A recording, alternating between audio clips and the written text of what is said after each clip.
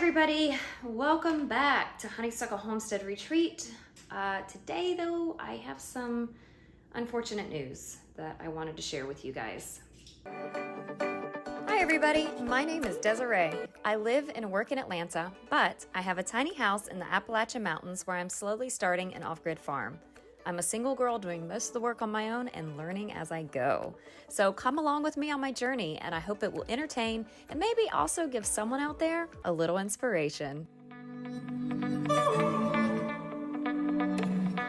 Welcome to Honeysuckle Homestead Retreat. Okay, if you guys have been following my channel for a little while now, you may have seen the episode that I did, I think the middle of the year, where Mark from Little Ridge Farm interviewed me for his channel. If you did not see that video, there is a link to it in the description down below. The unfortunate news that I learned from Mark late last week was that his tiny house burnt down and he no longer has a home, which is really unfortunate. On the flip side, fortunately, no one was in the home when it happened. Apparently, he had left the home.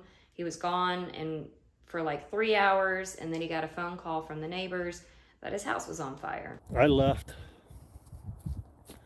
at like 1:30 in the afternoon, and I get a phone call about 3 hours later that my house is on fire. And by the time I get back here, it was almost gone. I lost everything. The only thing I got left is my building, which has got my tools and all my supplies and everything in there. So that is the unfortunate news that I wanted to share with you guys today. It's really sad that something like this ever happens to anybody, but even more so that something like this happened in the dead of winter. He lives up in New York, and it's also right before the holidays. So all his Christmas presents that he had for his daughter and for anyone else that were in the house are just, they're gone now.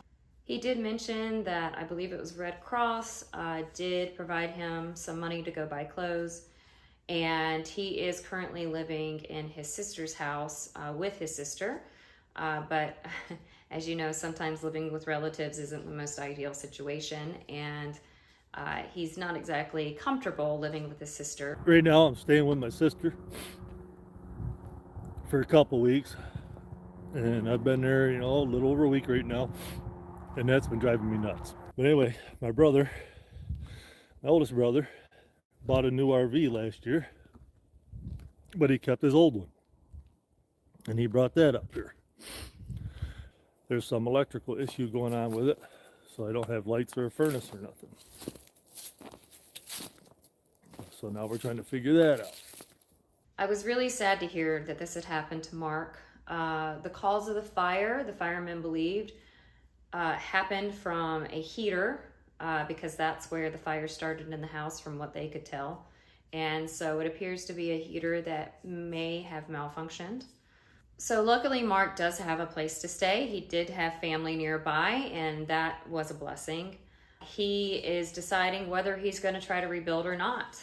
It's hard. It's hard when you put all your heart and soul and money into something and then it just goes up in flames. So I do really feel for Mark and his situation right now. That's really hard. Of course, the first question that always comes to mind when anything like this happens is, what about insurance? So I wanted to talk to you guys about insurance for tiny homes today in relation to what happened to Mark. I did not ask Mark if he had insurance or not. I'm assuming he did not, because he's talking about having to rebuild out of his own pocket. The thing with tiny homes, especially tiny homes that you build yourself, and let's say they're not certified or they haven't been inspected, it can be rather difficult to get insurance for a structure such as that. If it's a shed that you converted into a tiny home and you did all the electrical yourself, you did the plumbing, that can cause insurance companies to run.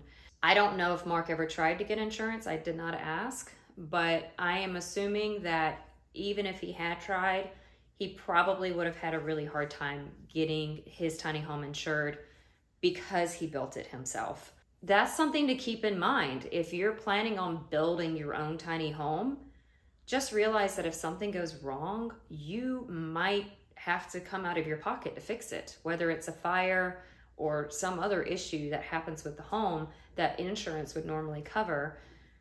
A lot of tiny homes can't be covered by insurance. Now, with that said, if you have a tiny home by a company, most of the time, these tiny homes are certified, they've been inspected, and they do pass for insurance purposes. So keep that in mind as well. That might be a reason to buy a tiny home from a company instead of building one yourself, even though it will probably cost more to buy one from a company as opposed to you building it yourself. But in the long run, it might save you money. As far as insurance for tiny homes that are, let's say, like my home, for example, is ANSI certified, there aren't as many options out there as there are obviously for a regular built home that you would normally have insurance on. You may have to go the route of getting RV insurance. That's a possibility. What I would recommend doing is talking to your current insurance company if you have one. So if you already have a home that's insured, see if they will also cover your tiny home. Some insurance companies will even do a bundle where you can insure your tiny home and your car, for example. Or if you have a regular sized home and a tiny home and a car, you might be able to get a bundle with that as well. First step, I would ask your current insurance company if you have one. If you don't, then there are some other options out there. And I was doing just a simple search online and I came across 5 insurance companies that were recommended for tiny homes. And it is based on what you use that tiny home for. The first one is American Modern Insurance Group. The second one is American Family Insurance. The third one is State Farm, which most everybody knows. The fourth one is Foremost Insurance. And the last one that I'm going to mention is Liberty Mutual. American Modern Insurance Group is a best overall insurance. The coverage is broad and includes everything from liability to personal property and water damage. In addition, insurance is even available for homeowners with prior losses, lapse coverage, and credit issues. And there are no age restrictions on the home. Standard policies include comprehensive protection, meaning the company covers everything not explicitly excluded from the policy, and in case of a claim, it settles at the stated value of the home. Other structures, additional living expenses, and reasonable expenses like emergency repairs are also covered. And beyond the standard coverage, American Modern offers extensive optional policies for earthquakes, vandalism, and theft of personal items or items permanently attached to the home.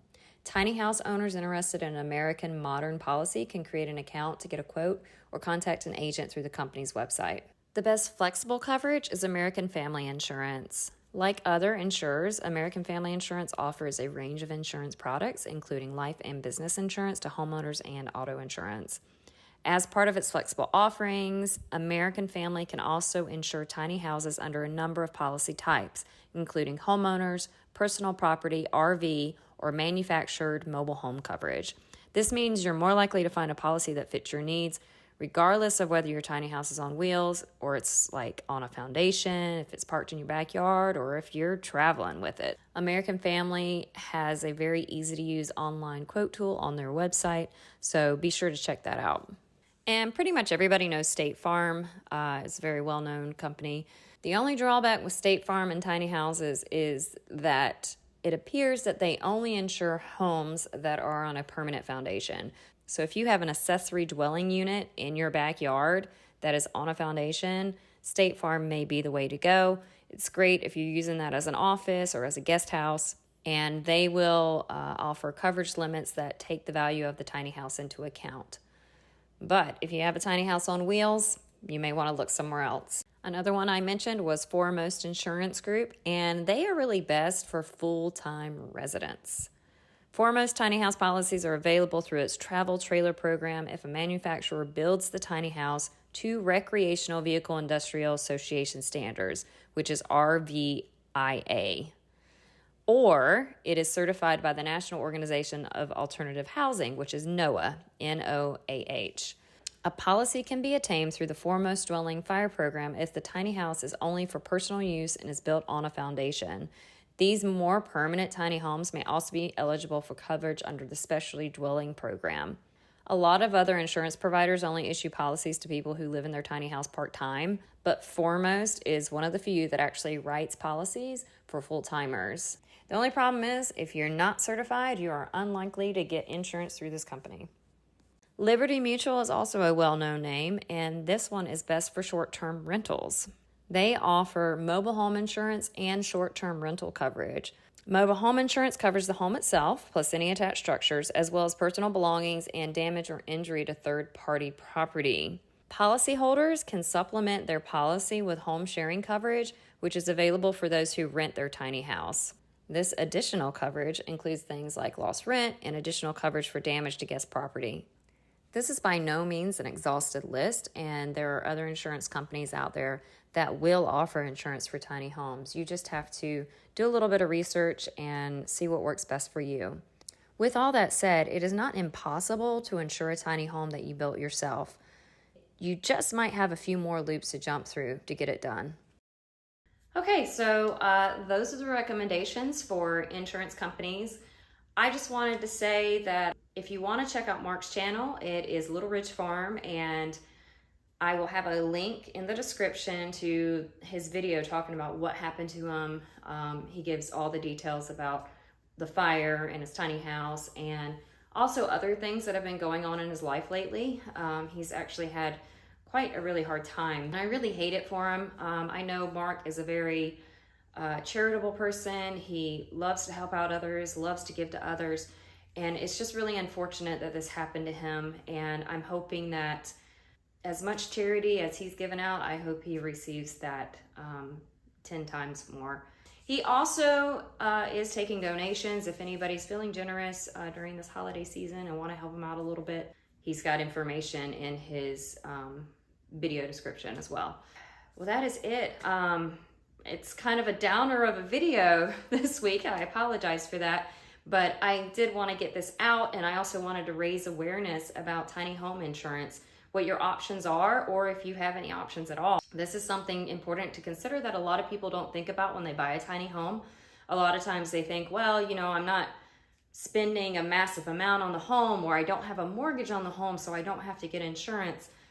But they don't really think ahead to what might happen. And I'm not saying that's what happened with Mark.